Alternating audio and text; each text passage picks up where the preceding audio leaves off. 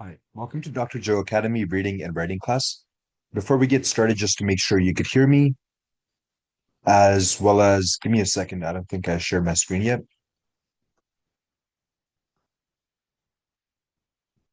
Okay, just to make sure you can hear me as well as see the Google Slides presentation, can you please type 1 in the chat?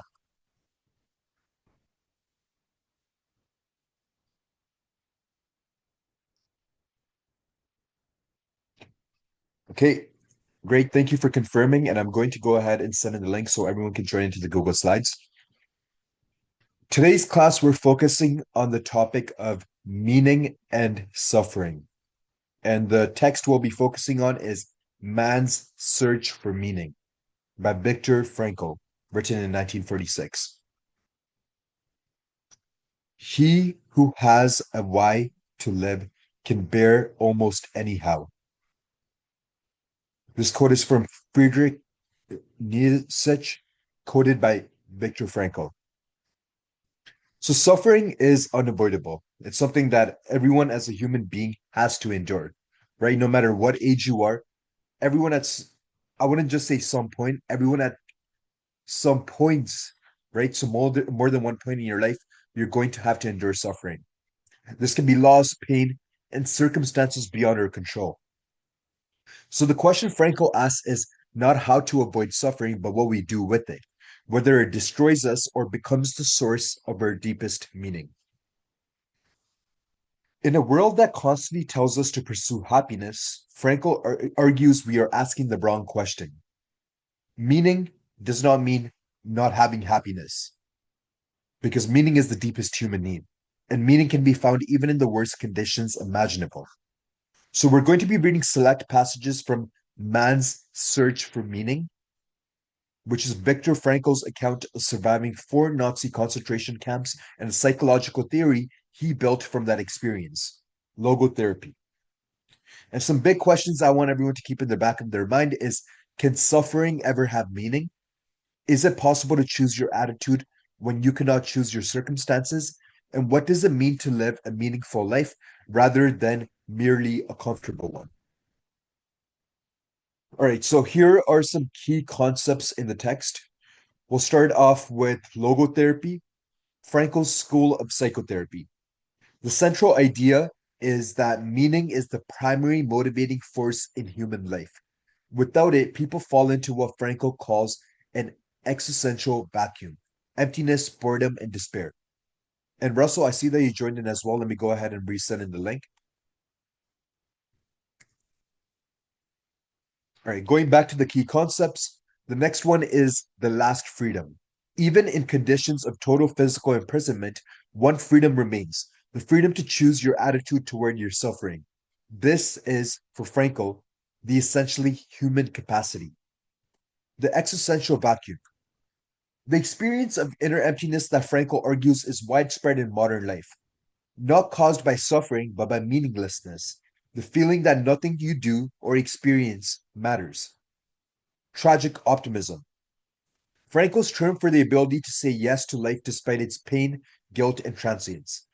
Not naive happiness, but a deliberate choice to find meaning even in unavoidable suffering. And finally, love as the highest meaning. Frankel argues that love is the only way to fully grasp another human being. In the camps, when everything else was stripped away, the image of his wife, her face, her voice, was what sustained him. Right, so we're going to be just reading through the passages. We'll start off with the first slide. Nathan, can you go ahead and read the first slide?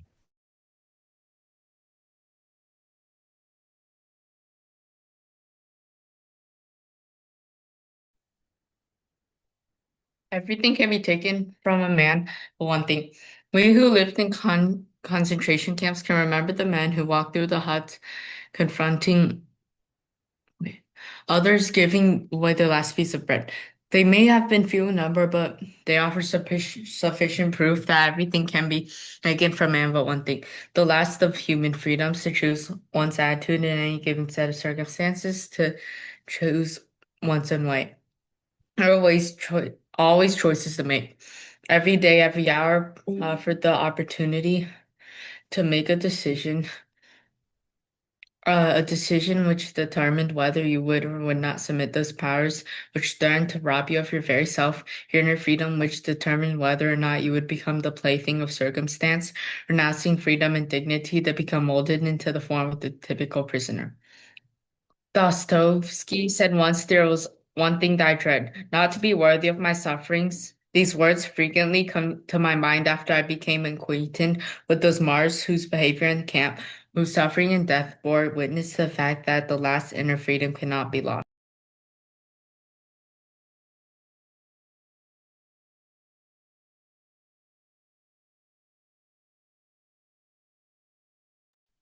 Okay, and Yanfei, can you go ahead and read this slide?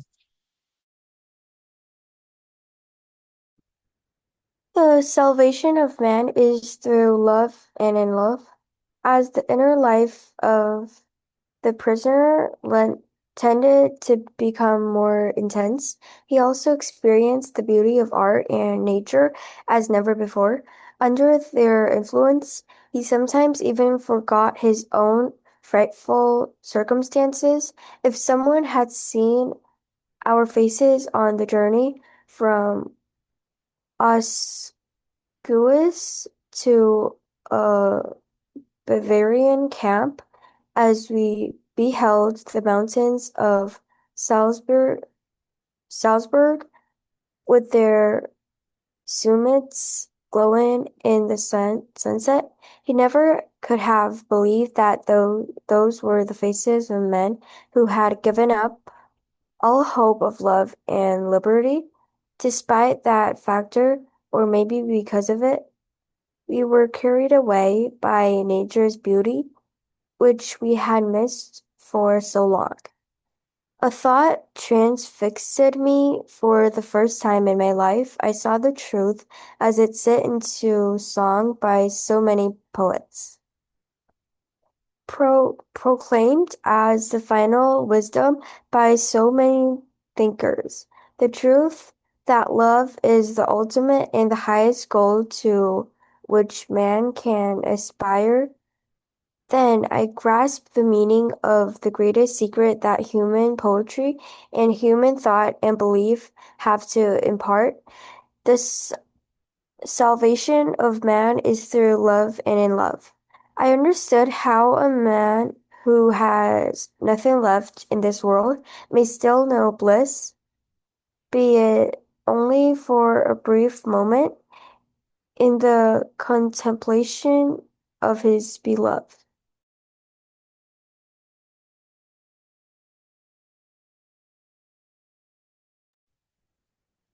Okay, and Russell, can you go ahead and read this slide?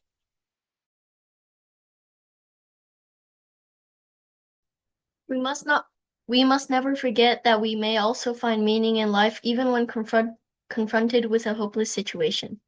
When facing a fate that cannot be changed. For what then matters is to bear witness to the uniquely human potential at its best, which is to transform a personal tragedy into a triumph, to turn one's predicament into a human achievement. When we are no longer able to change a situation, we are challenged to change ourselves. In some ways, suffering ceases to be suffering at the moment it finds a meaning, such as the meaning of a sacrifice. Of course, this was not a complete answer to the question of the meaning of suffering. For suffering is only meaningful if it changes you, if it is suffering to some purpose. But the human being is not in pursuit of happiness. He is in pursuit of a reason to be happy. And if there is a reason, the happiness will follow by itself. Everything can be taken away from a man but one thing, the last of the human freedoms, to choose one's attitudes in any given set of circumstances. Between stimulus and response, there is a space. In that space is our power to choose our response. In our response lies our growth and our freedom.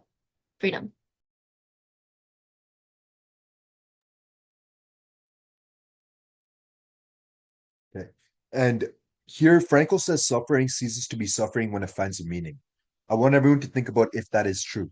Can you think of an example where suffering became meaningful and one where it did not? All right. And Nathan, can you go ahead and read the last slide? Today's society is characterized by achievement and enjoyment. People are haunted by the experience of inner emptiness, a void within themselves. They are caught in this situation, which I've called the existential vacuum. This existential vacuum manifests itself mainly in the state of boredom. Now we can understand Schopenhauer when he said that mankind was apparently doomed to vacillate eternity between two extremes of distress and boredom. In actual fact, boredom is now causing uncertainty, bringing into psychiatrists more problems to solve than distress.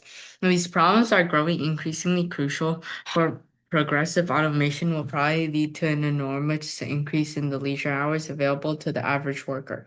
The pity of it is that many of these will not know what to do with all their newly acquired free time. Sometimes the frustrated will to meaning is vicariously compensated for by will to power, including the most primitive form of the will to power, the will to money.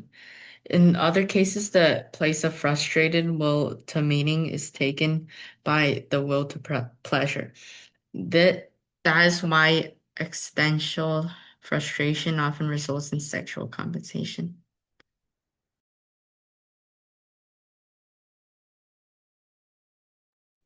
Okay, and the thing to remember is Franco wrote this in 1946. So does the existential vacuum feel more or less present today than it did then? What in modern life might be filling the space where meaning should be? All right, now we're going to be taking a look at these discussion questions. So there's 3 questions. The first one I'll assign to you, Nathan. Second one to you, Russell, and third one to you, Yanfei. And the time right now is 8:12. I'll give until 8:14. Okay, it just turned to 8:13, so I'll give until 8:15, and then we'll proceed with the take up. Again, I don't need any written responses for this. It's all verbal. I'll just call upon you and you'll share your response for the question you were assigned. And if anyone doesn't have any questions themselves, you can feel free to ask me at any point.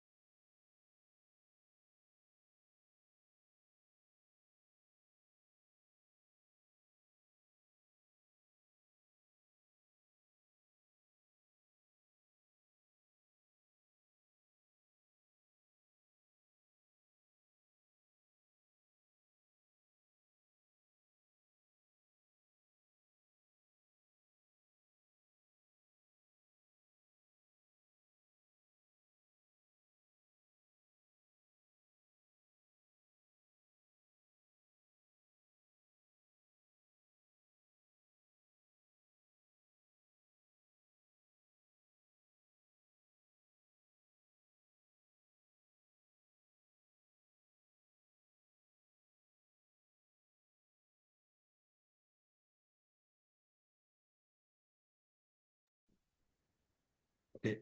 The time is 8:15, so we'll start off with the first question. Franco describes prisoners who gave away their last breath to comfort others. He says this proves that the last inner freedom cannot be taken. Do you believe that? What would it take to test it? Nathan, can you go ahead and share your answer for the first question? I definitely believe it because like people still have like their desires and what they want to do. What it take to test is like probably like put someone in a really bad state, but that person will probably always have like always like attempt to escape because that's their inner freedom of wanting to have a better environment. Yeah. No, great job with your response. I definitely do agree. I think even if it's not everyone that does it, even if it's just a select few people that decide to embrace that freedom or decide to make the choice for themselves, that itself is minimum proof. Because those few humans who can maintain their inner freedom under those conditions, it just tells us that those circumstances can never completely determine character. And the question of whether you believe it really a question about what you think human beings fundamentally are. And I think Franco is practically trying to tell us that we are not primarily products of our conditions, but we are beings who respond to conditions. And the response is always to some degree a choice. And that choice is made by the person themselves. All right, let's take a look at the second question. Franco has a vision of his wife while marching to a labor camp and writes that love is the highest goal a human being can aspire to. Why does this realization come in a moment of extreme suffering rather than comfort? Russell, can you go ahead and share your answer for the second question? I think that in a moment of comfort, your mind is filled with distractions like what to do next. But in suffering, suffering takes away all of those distractions and makes you truly realize that um that that love is the most important. Yeah. No, 100%. I think when we are comfortable, it's much more easier to get distracted. And it's not that you don't appreciate what's around you, but it's more just the fact that certain things are not as vivid or as intense as it would be. So when the life of a prisoner starts, they embrace the intensity around them, and experiences of beauty and love that they had before become more vivid rather than less. When everything external is stripped away, like comfort, security, your social role, your physical freedom, what remains at the end is the interior life in its essential form. The people and the things that were truly loved, as opposed to merely convenient, become luminous in their absence. So when marching toward the labor camp, the idea or the imagination of her face, her voice, her presence, it wasn't just a background to his life, but it actually made him feel content. And the suffering didn't create the love, but it revealed what was already there. All right, let's take a look at the third question. He writes, when we are no longer able to change a situation, we are challenged to change ourselves. What does that actually mean in practice? Can you think of a situation in your own life where this was true? Yanfei, can you go ahead and share your answer for the last question?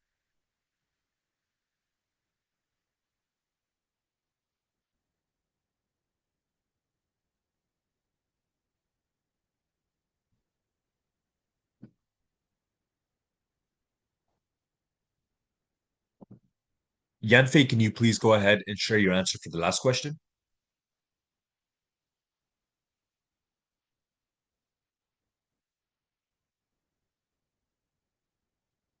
Okay, Yanfei, if anything is wrong, please let me know in the chat. Like if you're not able to participate in today's class, like in terms of verbally reading, please just let me know. Or maybe you stepped away from the computer, but regardless, let's go over the third question since I did already read it. In practice, changing yourself in response to an unchangeable situation means shifting the relationship between the self and circumstances rather than the circumstance itself.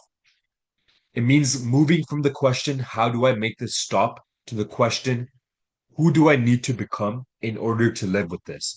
And finding that becoming that person is both possible and meaningful. Frankel's clearest example is the suffering itself. He could not change the camps. He could change his relationship to them. Rather than being a passive victim, he could be an active witness. Rather than being a man being destroyed, he could be a man studying what destruction does to human beings. So that shift did not make the camps bearable in any ordinary sense because he still has to endure all of the things around him, but it did make it more meaningful, which is a different thing. And I'm sure everyone's, or even if you feel like you haven't yet, at some point in your life, everyone has to experience unchangeable circumstances. Maybe it's a move that you didn't want to make, right? Maybe you just had to move to a different place that you just didn't want to do, but your parents had to make a move, or it was a choice that they chose to make. In some cases, it can be a loss that you couldn't prevent. And this can be more dire as it goes on. I just don't want to get into personal details, but I'm sure everyone has gone through moments where they felt as if they just didn't want to experience it, right? And finding meaning within those situations rather than completely wanting to disassociate from that situation is exactly kind of what we're getting from this source of the story. Because here we see Franco as a prisoner in a concentration camp, and that's one of the last situations anyone would want to be in, right? So we could just imagine it from a situation like that when he's able to find meaning. All right. So, I also do think I accidentally skipped over these discussion questions. And then, yeah, I did accidentally skip over these discussion questions. So, what we'll do is we'll come back to this after one of the writing activities, just kind of like a little bit of a break in between. But we'll get started with this response writing activity first. I want everyone to choose one passage from today's excerpts. So, that would mean one of the four slides, 8, 9, 10, or 11. And then based off that, you're going to be writing a short response explaining what it claims about human nature and how it connects to something real in your own life or in the world. State which excerpt you chose and summarize Franco's core claim in that passage in your own words. Do not quote directly yet. An example would be Franco's description of the last inner freedom challenges the idea that circumstances determined who we became. It argues that character is always a choice, even in the worst conditions. I also want everyone to reference 1 to 2 specific details from the passage, weave them into your own sentences rather than dropping them in alone, and apply Franco's claim to a real situation. From your own experience, history, or the world around you, where do you see this principle at work or being violated? So the time right now is almost 8:25. I'm going to give 10 minutes for everyone to work on this activity, so until 8:35. And before we get started, does anyone have any questions?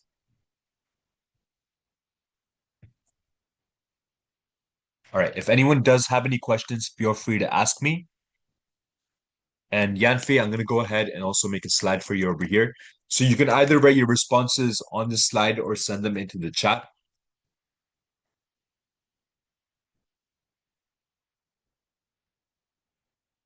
Okay, and again, at 8:35, we'll take this up. If anyone has any questions at any point, feel free to ask me.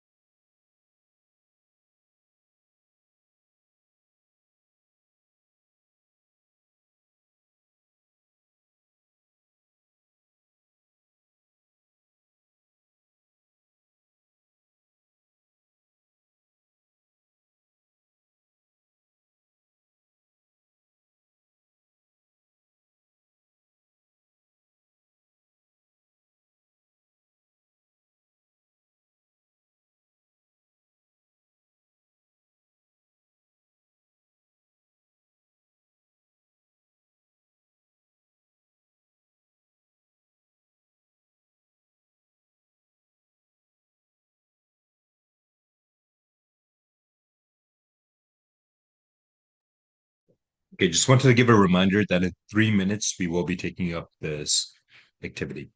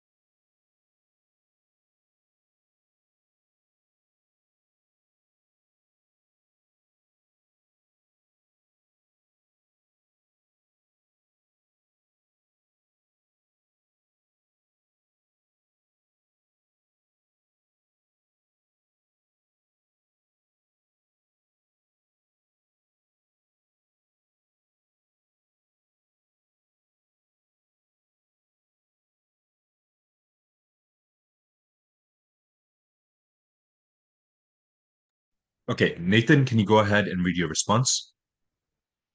Everything can be taken from a man but one thing, the last of human freedoms to choose one's attitude in any set of circumstances. Between stimulus and response, there's space. And that space is our power to choose our response. In our response lies our growth and our freedom.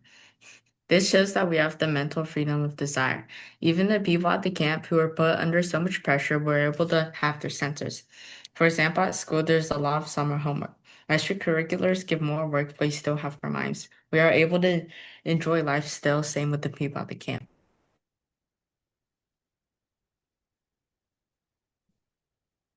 Okay, good job with your response, but there are some points of improvement that I want to go through. All right, so let's start off with some corrections. Even the people at the camp who were put under so much pressure were able to have their senses.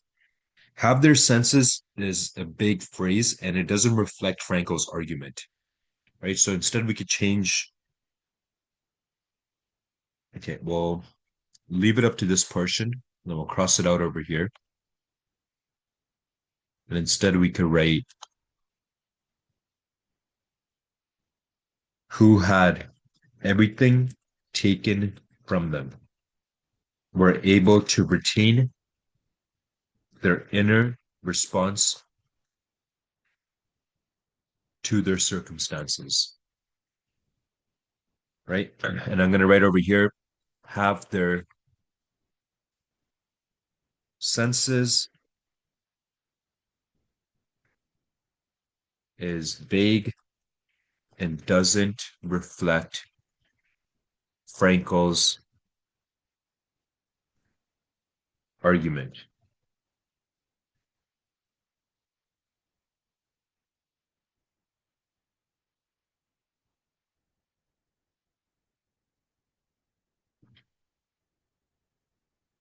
Okay, and this shows that we have the mental freedom of desire.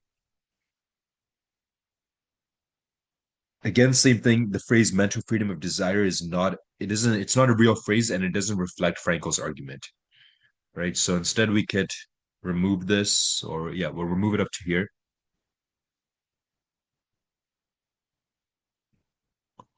And we'll retain the same idea, but we'll just write it in a way that would make sense. Instead we could write, we have the freedom to choose our response to any circumstance. We're going to write over here, mental freedom of desire is not a real phrase.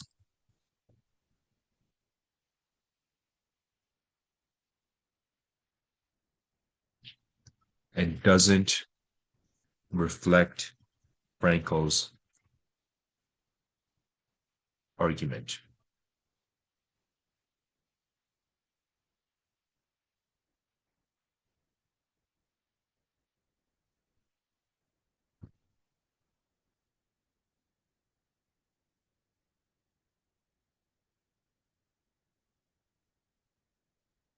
And even this sentence doesn't make any sense. Extracurriculars give more work, but we still have our minds.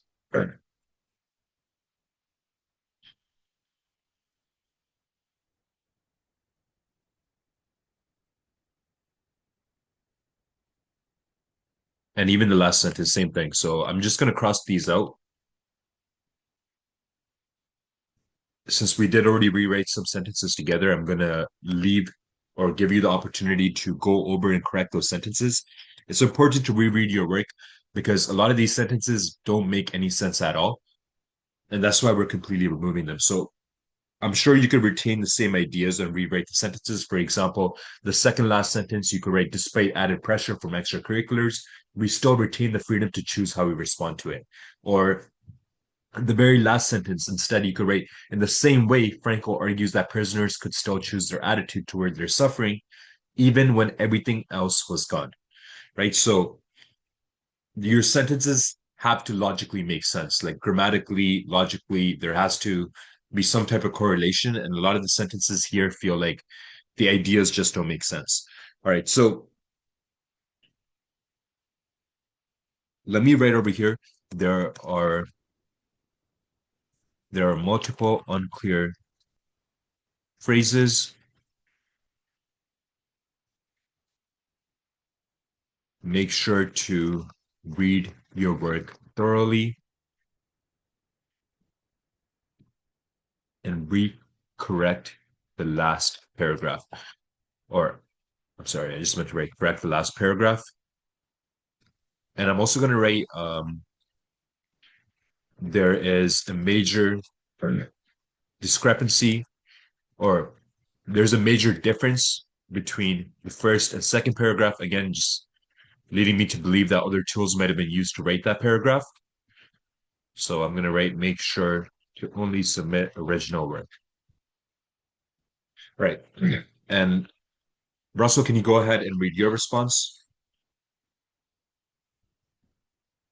In the excerpt Suffering, Frankel's core claim argues that suffering can be avoided with finding a meaning to the pain, whether that means discovering a greater purpose or using it to serve others.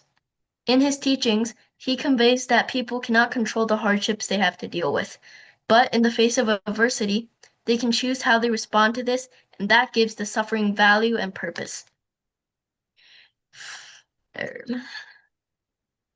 Frankel specifically adds that suffering is only meaningful when it triggers personal growth. He adds in addition that the human is not in pursuit of happiness itself, but of a reason to be joyous. If he uncovers that motive, happiness will come naturally. In conclusion, between difficult times and the response, a person is able to choose what the suffering means to them and ultimately mature and progress. Okay, great job with your response. I just want to go over some small corrections. So starting off with, okay, the starting sentence, Frankel's core claim argues that suffering can be avoided with finding meaning to the pain.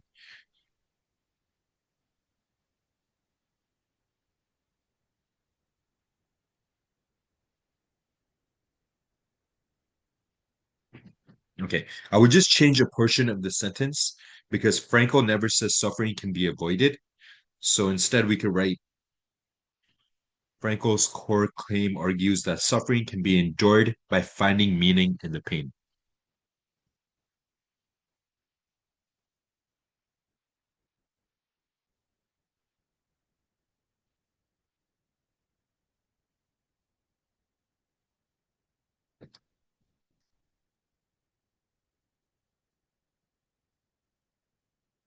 And I'll write over here, Frankel never states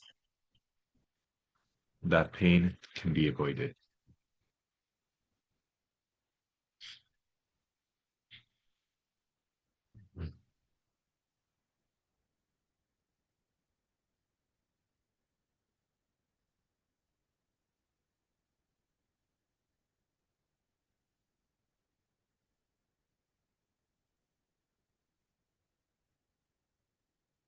Okay, and this sentence, he adds an addition. This just becomes redundant, so we can remove this phrase. Instead, it could be he adds. Okay, and even the phrase the human, it sounds slightly awkward, so we could write that humans are not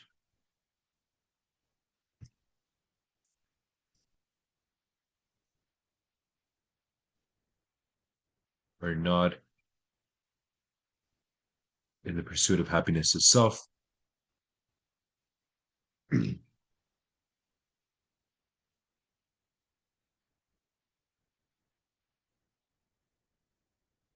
Okay.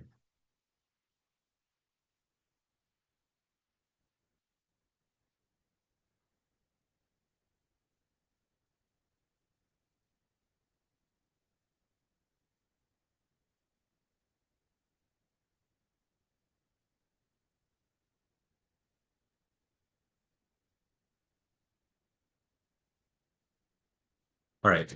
Just want to go over some small points of improvement. So I'm going to write over here. Some of the sentences are run-on sentences.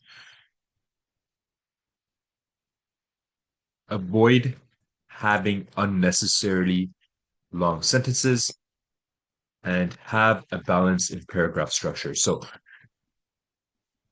one thing to remember is when writing a paragraph, it can really get slightly awkward if all of the sentences are long or even if all of the sentences are short. So having a little bit of a balance is necessary. Having 1 to 2 long sentences is perfectly fine, but here it feels like there's almost a pattern of it.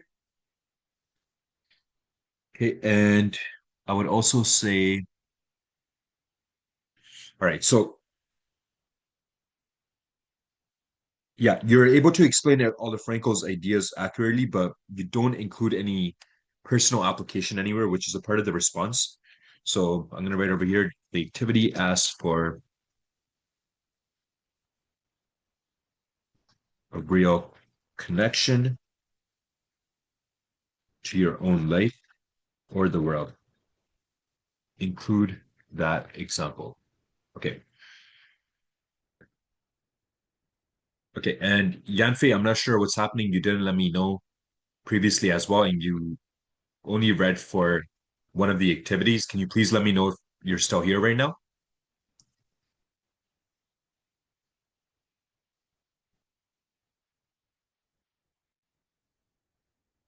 Okay.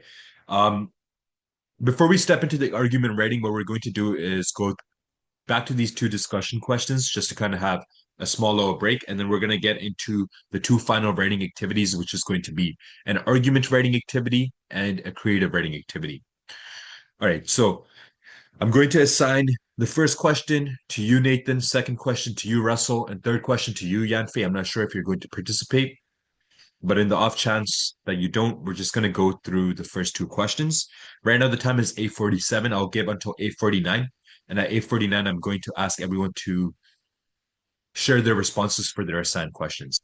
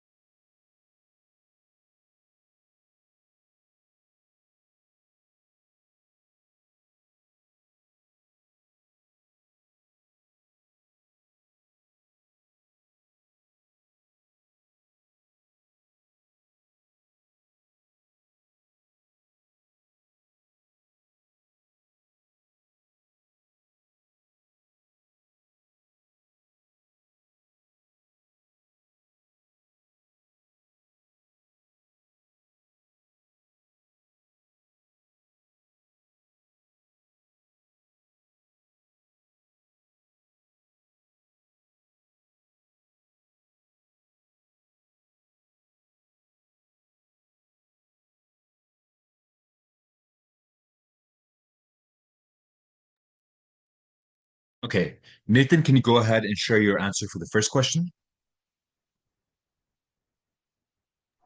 The most difficult thing I've ever been through is probably like, mm, probably like failing on this test that I studied really hard for. Like, I just felt it wasn't really fair. But I don't think it was really meaningless. Maybe like I could have like tried more stuff and like asked the teacher for help or stuff like that. And I think it really did change me because it made me like more resourceful. And I would not give back that change because resourcefulness is extremely important. So, yeah. Exactly. Great job with that. Because I think most people, when they look back at their most difficult experiences, they can identify changes just like you did in themselves that those experiences produced. And it could be greater empathy, clearer values, or even as you mentioned, becoming more resourceful. And the question of whether they, you, me, anyone would give that change back is where the real philosophy lives. Some people will say no. They'll say that the cost was too high, regardless of what it produced. And some will say yes, that they would not trade who they become, even though they would never have chosen the path. The most honest answer will refuse to resolve this cleanly, which is exactly what Franco does. He does not say suffering is good. He says that it can be made meaningful. All right, let's take a look at the second question. Franco argues that meaning, not happiness, is the deepest human need. Do you agree? Can you think of a time when you were unhappy, but your life felt meaningful, or happy, but somehow empty? Russell, can you go ahead and share your answer for the second question? Mm, I think that like sometimes is meaning is the deepest human me oh my gosh, the deepest human need. So I agree with Frankel because if you have nothing to do and everything's just given to you, like then you will feel really empty, even though you might be like happy because um you have all of this good things. But also I think that sometimes like meaning is connected to happiness. Like if you don't have a meaning, you won't really be happy. So I kind of agree, but I also think that if you have meaning and not happiness, I don't think you can really be happy. When if you have meaning, um, uh, you can still be happy. So, one time I was unhappy, but my life felt meaningful was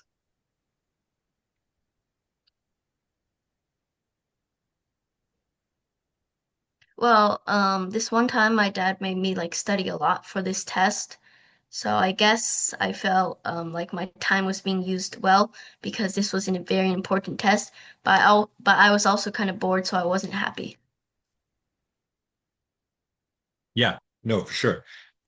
Um, I think, yeah, those type of examples can really apply to a lot of people, regardless of age. It could be whether it's within school or within work or business, whatever it might be.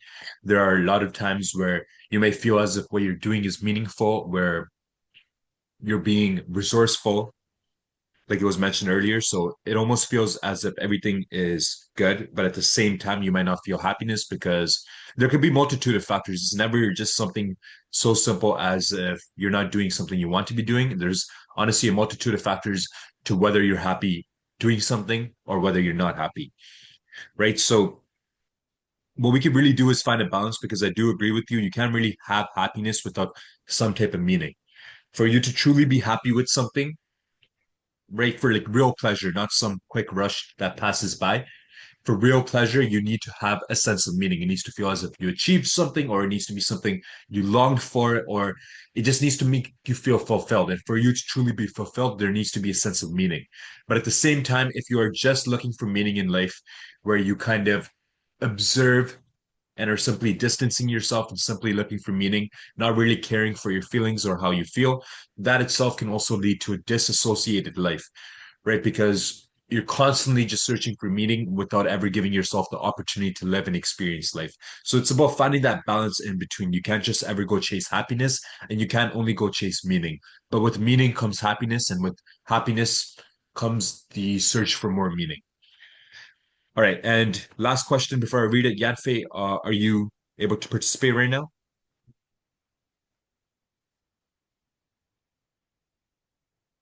All right. Let's take a look at the critical reading.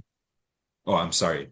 We already went over all of this. All right, let's take a look at the next writing activity. We're going to be working on argument writing. So the question is Franco right that meaning is more fundamental to human well-being than happiness? I want everyone to write a focused argument paragraph. Make sure you take a clear position. Use at least one specific passage from today's excerpt, so one of the slides, and one example from your own experience or knowledge. Make sure to state your position directly in the first sentence. Be specific, not just a yes or a no, but what kind of meaning you're talking about and under what conditions. Use a specific passage from the excerpts, reference what Franco claims and explain what it reveals about the relationship between meaning and well-being. Bring in a second example. This can be from history, your own life, science, or another text, and connect it to the same argument about meaning versus happiness. Explain what your two examples reveal together. What does this show about humans actually, about what humans actually need to thrive? And sorry, let me just adjust this. Okay, I'll just remove this thing at the bottom. All right. And concession. Acknowledge the strongest version of the opposing view. So if you agreed with Franco, admit what happiness offers that meaning alone can't. And if you disagreed, admit what is genuinely true in his position. All right. So that kind of gives you a structure for how you're going to be approaching this argument writing. Again, this is just one paragraph, but there is a lot of different factors in it. So I'm going to give 15 minutes for this activity. Right now, the time is 8:56. So that would give you exactly until 9:11 to work on this activity. Before we get started, does anyone have any questions about this activity? All right. If anyone does have any questions, feel free to ask me. And then let me also make sure the slides here are fine as well.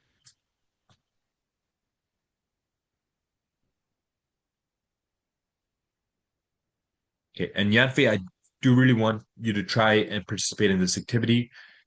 If you could send a response for this activity, that would be great. And again, if anyone has any questions, feel free to ask me. At 9:11, we'll be taking this up.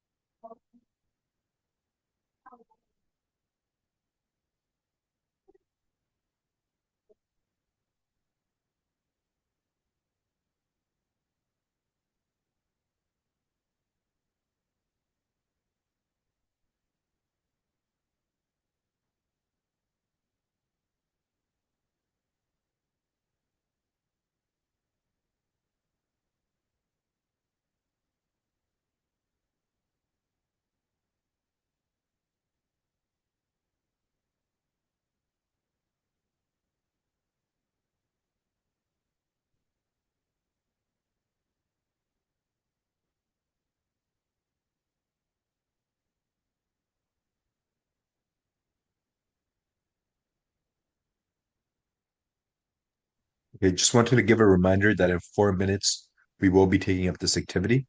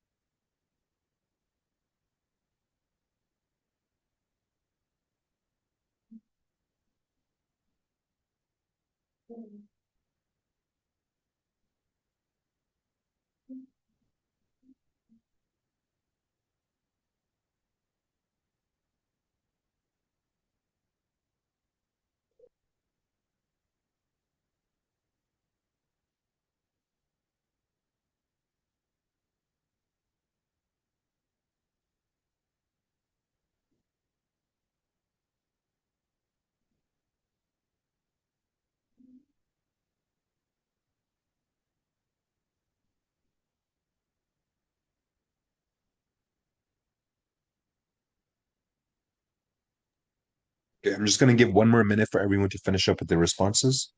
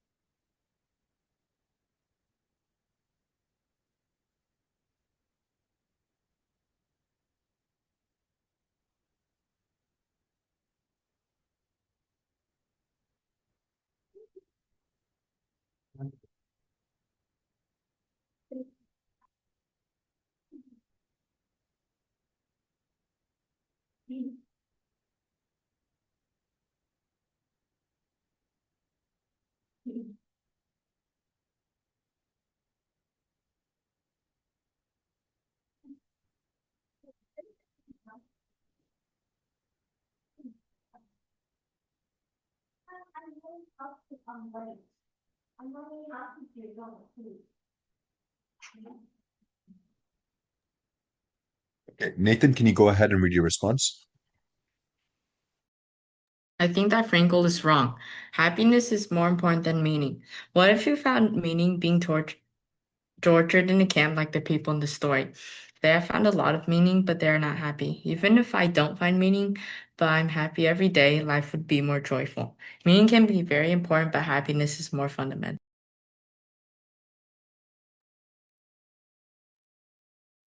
Okay, good job with your response. There's just a couple portions missing. So what we could do is cross-reference with the original and kind of see the difference. I mean, not the original, but the instructions and just see certain missing components. Right, so going back over here, It really is missing evidence 1, evidence 2, because we don't really see any specific claims being made.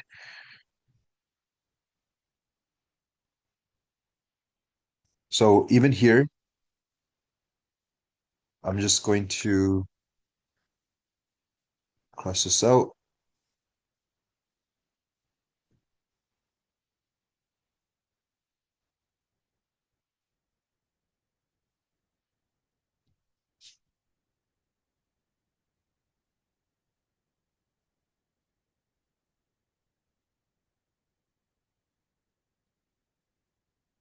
Okay. Gonna write over here. The statement needs to be supported with evidence, and the thesis statement should be something that is arguable. So even a little bit more specific, something rather than a general statement like happiness is more important than meeting is needed for this response. Right? And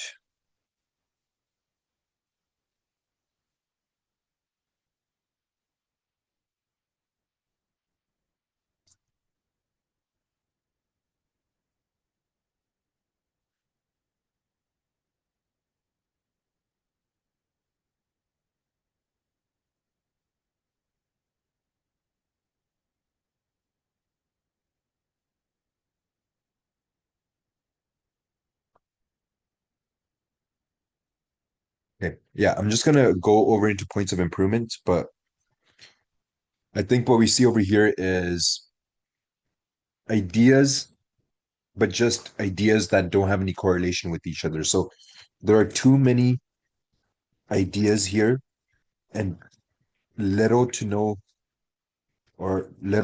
effort put into proving any of these ideas.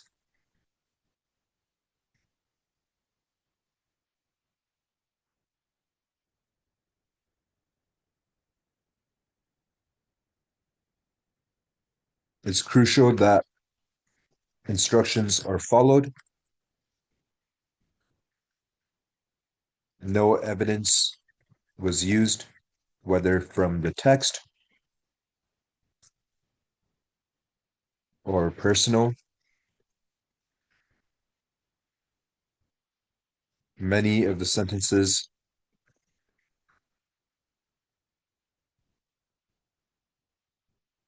are weak in meaning and structure.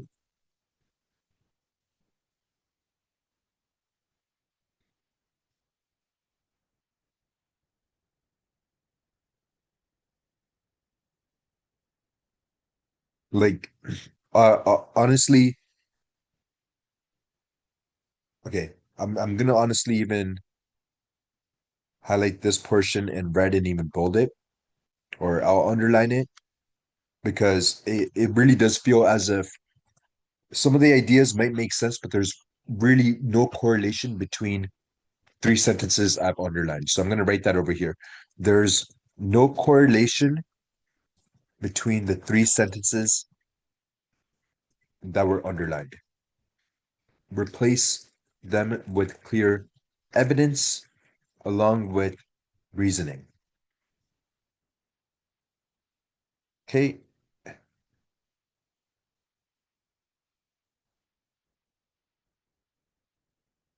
All right. And Russell, can you go ahead and read your response?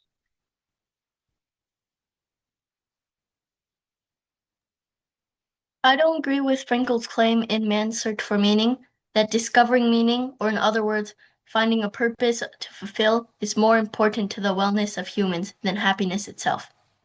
I'm specifically arguing that a person's value and purpose is not more fundamental to a person's well-being and overall mental health than happiness, because the two are intertwined. Without meaning, a person cannot possibly feel fulfillment or happiness. I agree with his teachings on suffering. He conveys that people cannot control the hardships they have to deal with, but in the face of adversity, they can choose how they respond to this, and that gives the suffering value, and purpose. However, this does not prove that wait. This does not prove that meaning guarantees happiness. Meaning or purpose cannot erase past pain or grief. For example, what if you lost a loved one?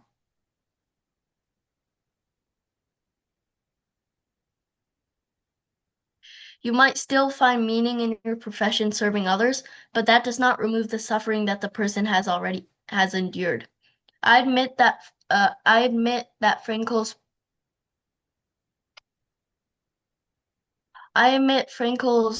point that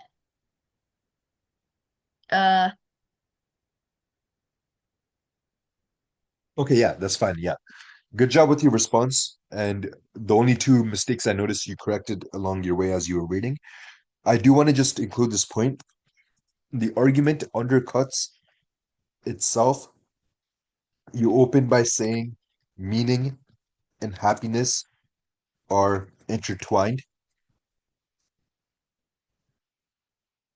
but then argue that meaning cannot guarantee happiness.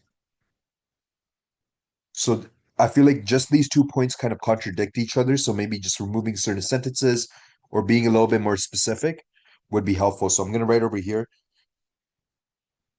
pick one and build from it. Right. So that was the only point of improvement I wanted to go through. And Yanfei, if you do have a response, please let me know. All right, we're gonna move on to the last activity, which is a creative writing activity. We'll be working on this until the end of class. I will try and give feedback. Maybe we could work on this for like about 8 minutes, just so we could try and do a take up. Because as you're working on this, I'll introduce the writing assignment. But I want everyone to write a first-person narrative about a moment of suffering that, in retrospect, gave your life direction or meaning you would have not found otherwise. So start off with the suffering. Describe the difficult moment honestly. What happened? What it felt like? What you lost or feared? Do not minimize it. Then talk about the meaning that comes later. Uh, Okay, no, the meaning that comes later is only powerful if we feel the weight of what came first. Describe what it was like to be inside the suffering without knowing it would lead anywhere. What did you think? What did you hold on to, if anything? Where did you find even a fragment of purpose? Describe when and how the meaning emerged, not as a sudden revelation, but as something that arrived gradually or unexpectedly. What changed inside you, and what did that change make possible? End with something unresolved. Would you go through it again, knowing what it gave you? Is the meaning worth the cost? Hold the uncertainty rather than resolving it cleanly. All right, right now the time is 9:20. We'll just work on this near until the end of class. If you are ready for a take-up, please do let me know, and we can proceed with the take-up. I will attempt to give some points of improvement after class, but since I'm on a time crunch to submit this immediately as well, most likely I will not be able to. And within the next 5 minutes, I'm also going to be introducing the weekly writing assignment. If anyone does have any questions about this, the creative writing activity that we're working on, feel free to ask me at any point.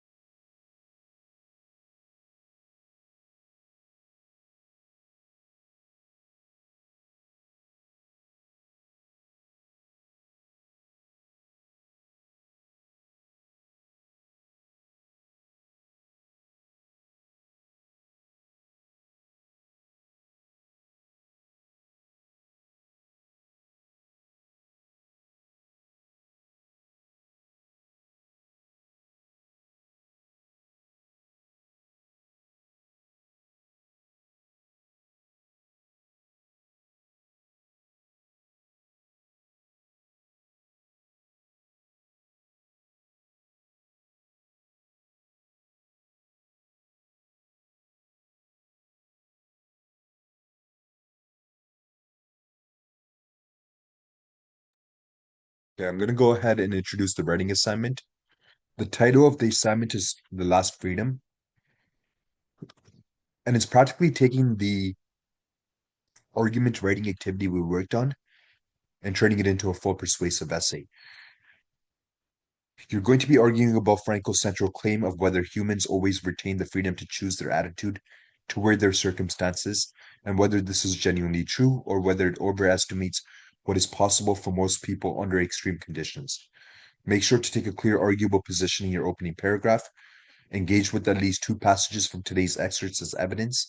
Bring in 1 example from outside the text, whether it's history, psychology, personal experience, or another philosopher. Address and refute the strongest counter argument to your position, and close with a statement about what you believe is the genuine value of Frankel's thinking, even if you disagreed with parts of it. And the requirements are more clearly laid out over here. It should be about 600 to 800 words. Make sure it is a typed, polished essay posted on the forum by next class. All right, I'm going to go back to the instructions for the creative writing activity. And I forgot to mention there are some tips on how to write a powerful narrative, but of course, we're on a short time crunch for this, but even then, make sure you're writing to the best of your abilities, even if you're not able to complete your entire narrative or short story. Okay, and also wanted to give a reminder that we only have 4 minutes until the end of class. So I do want submissions given in by at least 9:29, just so I could get them onto the slides.